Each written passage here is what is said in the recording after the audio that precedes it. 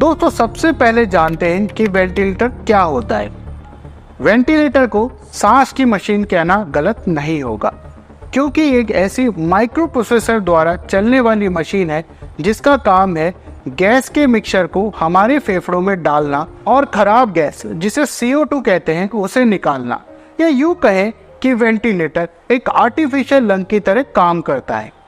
ये ventilator oxygen supply से connected होता है, जिससे ये गैस मिक्सचर बनता है, जिसमें एक गैस ऑक्सीजन होती है और दूसरी गैस नॉर्मल एयर या हवा होती है। और इससे ऑक्सीजन का प्रतिशत फेफड़ों में कितना देना है ये डिसाइड किया जाता है। दोस्तों वेंटिलेटर कैसे काम करेगा, कितना काम करेगा, मरीज के सांस को कितना कंट्रोल करेगा, ये वेंटिलेटर की सेटिंग्स पर निर्भर करता है, जो एक्सपर्ट डॉक्टर सेट करते हैं। इस सेटिंग में ये सेट किया जाता है कि मरीज को कितने % ऑक्सीजन जाएगी, कितना फ्लो जाएगा, फेफड़ों को फुलाने के लिए कितना वॉल्यूम चाहिए और मरीज को 1 मिनट में कितनी बार सांस लेनी है। इसके अलावा पीप, जो कि एक ऐसा प्रेशर है जो बीमार फेफड़ों को पूरी तरह पिचकने से बचाता है। मरीज की हालत में सुधार उसकी क्लिनिकल कंडीशन और वाइटल्स, मतलब मरीज का ब्लड प्रेशर, उसके खून में ऑक्सीजन की मात्रा, मरीज की हार्ट रेट के अनुसार देखा जाता है। इसके अलावा मरीज के आर्टीरियल ब्लड गैस से जांच की जाती है, जिसमें मरीज के ब्लड में ऑक्सीजन, कार्बन डाइऑक्साइड, एसिड आदि चेक किए जाते हैं, जिसके अनुसार वेंटिलेटर की सेटिंग में समय समय पर बदलाव किए जाते हैं। रोज छाती का एक्सरे कराकर भी मरीज के फेफड़ों की स्थिति में सुधार को आंका जाता है। जब मरीज वेंटिलेटर पे होता है तो फिजियोथेरेपिस्ट द्वारा रोज दिन में 1 या 2 बार मरीज को फिजियोथेरेपी भी दी जाती है, जिससे मरीज के फेफड़ों में बलगम एक जगह जमा ना हो और फेफड़ों की एक्सरसाइज भी हो। जैसे जैसे मरीज की स्थिति में सुधार होता है, वेंटिलेटर सपोर्ट कम किया जाता है, जिसमें मुख्यतः ऑक्सीजन और पीप होते हैं। जब ये दोनों पैरामीटर मिनिमम लेवल पर आ जाते हैं और साथ ही साथ मरीज की अवस्था में भी सुधार होता है और जिस कारण से मरीज को वेंटिलेटर पर लिया गया था उस बीमारी में भी सुधार होता जाता है, तो मरीज को विनिंग ट्रायल दिया जाता है, जिसका मतलब है कि देखा जाता है कि बिना वेंटिलेटर के मरीज खुद से कितनी सांस ले पा रहा है और जो सांस ले रहा है क्या वह पर्याप्त है और सांस लेने में मरीज को कोई परेशानी तो नहीं हो रही है, या मरीज को ज्यादा जोर लगा के सांस तो नहीं लेनी पड़ रही, या मरीज का सांस तो नहीं फूल रहा। इन सब बातों को ध्यान में रखते हुए धीरे धीरे step by step ventilator support कम करते हुए वेंटिलेटर हटा दिया जाता है। दोस्तों वेंटिलेटर से जुड़ा एक भ्रम है कि अक्सर आपने देखा होगा कि जो मरीज वेंटिलेटर पे होते हैं वे हमेशा सोते रहते हैं और कुछ रिलेटिव्स को तो ये तक लगता है कि उनका मरीज मर चुका है। जब किसी भी मरीज को वेंटिलेटर पे रखा जाता है तो मरीज को बेहोशी और दर्द की दवा देकर सुला दिया जाता है, और ऐसा इसलिए किया जाता है क्योंकि गले में डाली गई सांस की नली से मरीज को दर्द हो सकता है और मरीज अनकंफर्टेबल हो सकता है, इसलिए इन दवाओं से मरीज को आराम दिया जाता है।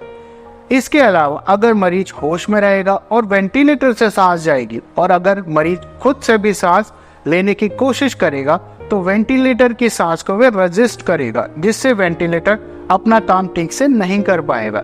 इसलिए भी मरीज को इन दवाओं से सुला दिया जाता है, जिससे वेंटिलेटर अच्छी तरह सांस दे पाएंगे। पर दोस्तों दिन में 1 बार रोज मरीज की ये दवाएं बंद की जाती है ताकि मरीज को जगाया जाए और मरीज का रेस्पॉन्स देखा जाता है और तभी रिश्तेदारों को भी दिखाया जाता है। दोस्तों वेंटिलेटर के साथ कुछ कॉम्प्लिकेशन भी हो सकते हैं, जिनमें सबसे पहले है सांस की नली डालते समय मुंह और दांतों में चोट आना, वेंटिलेटर के कारण होने वाला निमोनिया। वेंटिलेटर को अगर सही तरह से ऑपरेट ना किया जाए तो फेफड़ों में इंजरी भी हो सकती है। दोस्तों लोग मानते हैं कि वेंटिलेटर का मतलब है अंत, पर नहीं दोस्तों, वेंटिलेटर एक ऐसा लाइफ सपोर्ट है जो मरीज को तब तक सपोर्ट करता है जब तक मरीज अपनी बीमारी से मुक्त नहीं हो पाता। जैसे ही मरीज ठीक हो जाता है और खुद से सांस लेने में सक्षम हो जाता है तो वेंटिलेटर को धीरे धीरे हटा दिया जाता है। यहाँ तक कि मरीज को ट्रैकेओस्टमी के साथ भी घर पर भेजा जा सकता है। कुछ लोग सोचते हैं कि वेंटिलेटर ऑक्सीजन सप्लाई करता है। नहीं दोस्तों, ऑक्सीजन सप्लाई को वेंटिलेटर से जोड़ा जाता है तो वेंटिलेटर ऑक्सीजन के मिक्सचर को फेफड़ों में भेजता है। अगली भ्रांति ये है कि वेंटिलेटर सिर्फ हॉस्पिटल में ही इस्तेमाल हो सकता है। जिन लोगों को लंबे समय तक वेंटिलेटर की ज़रूरत होती है और उनकी बाकी क्लिनिकल कंडीशन अच्छी होती है, तो ऐसे लोगों के लिए घर पर भी वेंटिलेटर की व्यवस्था की जा सकती है। अगली भ्रांति है कि आप वेंटिलेटर पे हैं तो आप ना बोल सकते हैं, ना ही कुछ खा सकते हैं या कुछ पी सकते हैं।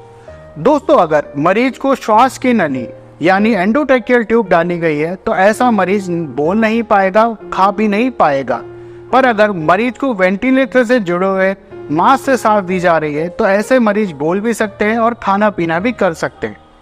अगली भ्रांति है जिसका हम निदान करना चाहते हैं, वो ये है कि हॉस्पिटल में मृत व्यक्ति को भी वेंटिलेटर पर रखा जाता है। यह बिल्कुल गलत है।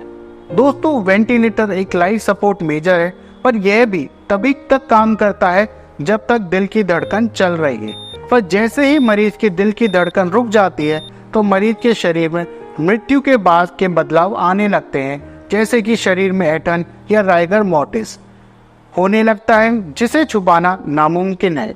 इसलिए यह कहना सरासर गलत है कि सिर्फ हॉस्पिटल का बिल बढ़ाने के लिए मृत्यु के बाद भी वेंटिलेटर से सांस दी जाती है। दोस्तों, उम्मीद है वेंटिलेटर पर मेरी ये दी गई जानकारी आपके लिए लाभप्रद होगी। इसके अलावा भारत के सर्वश्रेष्ठ डॉक्टरों से संपर्क करने के लिए आप ऊपर दिए गए फ़ोन नंबर पर कॉन्टैक्ट कर सकते हैं और हेल्थ और मेडिकल से related authentic reliable medical information के लिए आप हमारा चैनल सब्सक्राइब करें। स्वस्थ रहें, सुरक्षित रहें। धन्यवाद।